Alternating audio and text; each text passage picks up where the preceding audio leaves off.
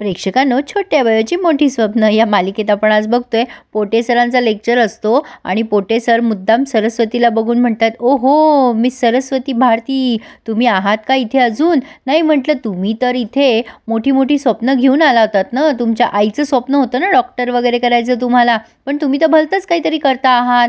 नाही, लोकांचे पैसे वगैरे लुटून गावाकडे न्यायचे काय तुम्हाला? नाही म्हणजे मी असं ऐकलंय की विशाल सर पण मदत करतात म्हणे तुम्हाला या सगळ्यामध्ये.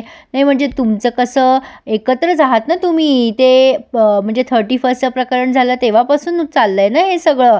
आता हे अभिरामला बोलतं खुदू खुदू हसू येतंय, बळला रागच येतोय पोटे सरांचा. पोटे सर म्हणतात, नाही म्हणजे विशाल आणि तुम्ही एकत्र मिळून काय आम्ही दोघे भाऊ भाऊ चाराने आठाने खाऊ असं काही चाललंय का?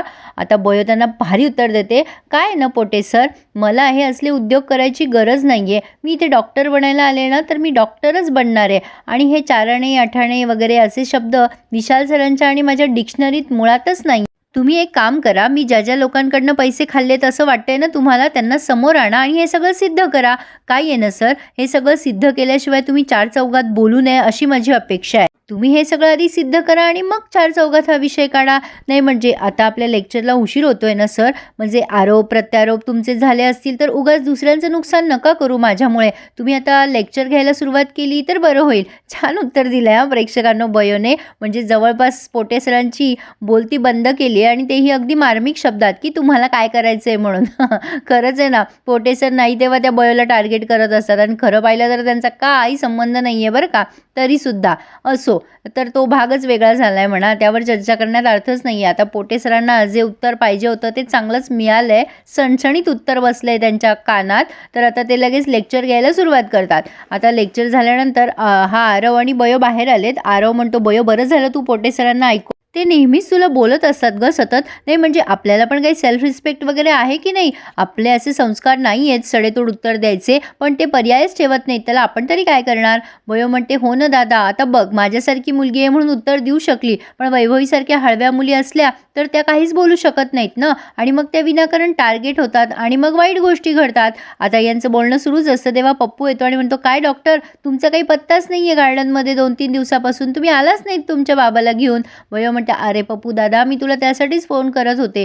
तेव्हा पप्पू म्हणतो, मी पण फोन लावला, तुमचा फोनच लागत नाही आहे. वयो म्हणते, अरे माझ्या फोनमध्ये काहीतरी प्रॉब्लेम झाला आहे. मग आता पप्पू म्हणतो, मग काय झालं, तुम्ही आला नाहीत? मग आरव सगळं काही सांगतो या पप्पूला की काय काय झालं आणि काय काय नाही. तेव्हा पप्पू म्हणतो, डॉक्टर आणि पैसे खाणं शक्यच नाही आहे, कोणी केलं हे सगळं? तुम्ही शोध लावायचा असतं ना त्याचा. आरव आणि बयो म्हणतात, तेच तर करायचं आहे आपल्याला. मग पप्पू म्हणतो, की तुम्ही त्या आजी आजोबांचं नाव नंबर काही घेतलं की नाही?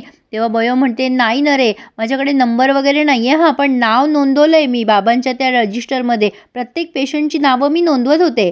तेव्हा पप्पू म्हणतो, मग फिकर नका करू, हा पप्पू चोर आहे ना, मग घोरच घ्यायचा नाही जीवाला, मी सगळं शोधून काढतो बघा.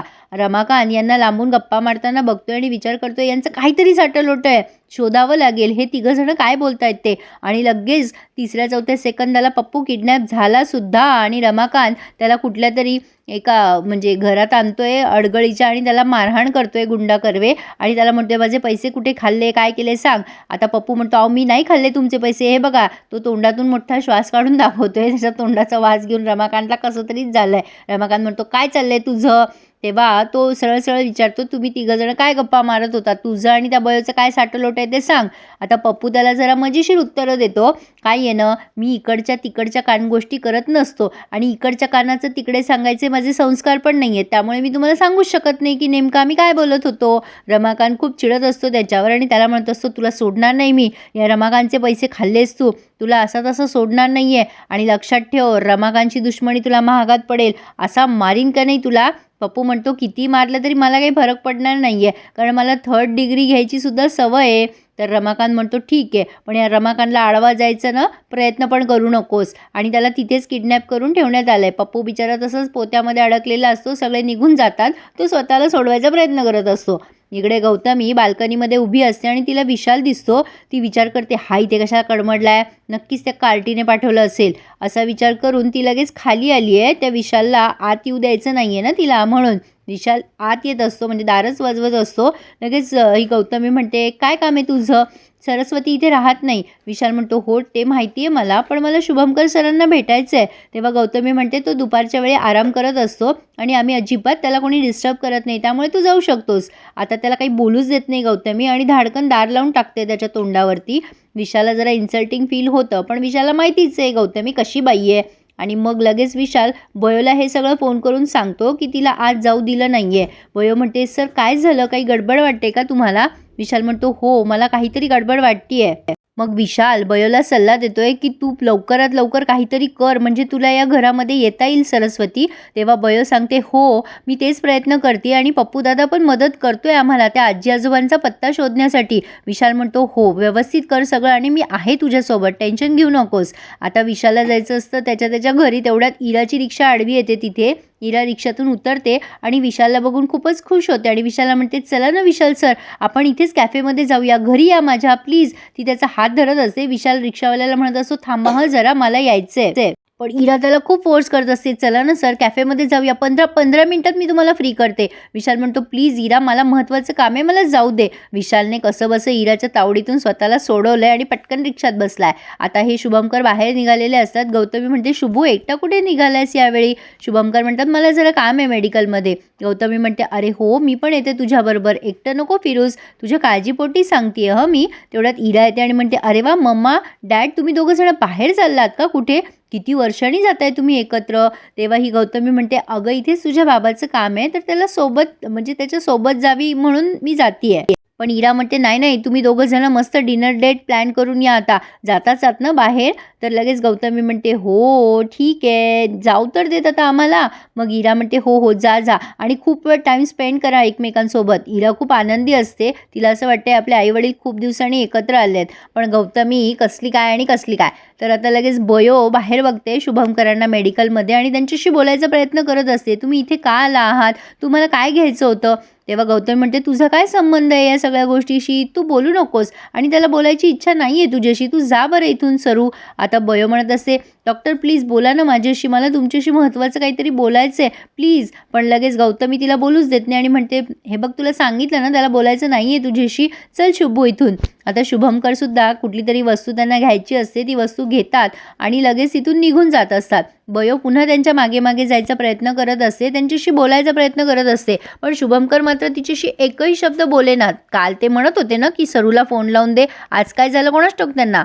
लगेच ही गौतमी हात ओढते तिचा शुभमकर पुढे गेल्यानंतर आणि म्हणते, काय चाललंय का तुझं? बयो तिचा हात झटकून पुढे पळत असते. तेव्हा गौतमी तिला लोटून देते चक्कर रस्त्यावर.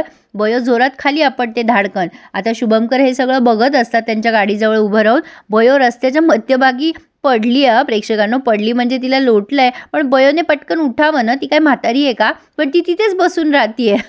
आणि मग काही सेकंदाने गाडी येते. गौतमीला वाटतं बरं झालं, मेली तर मेली. पण आता लगेच शुभमकर प्रसंगावधान साधतात आणि तिला बाजूला करतात गाडीच्या आणि तिला म्हणतात, काय गं सरू, लागलं का तुला? तेव्हा बयो म्हणते, नाही नाही लागलं डॉक्टर मला.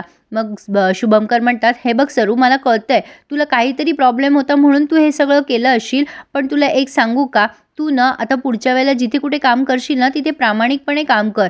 हे बघ अशी बेईमानी करू नको. काही झालं ना तरी विश्वासाला तडा गेला ना तर तो परत येत नसतो.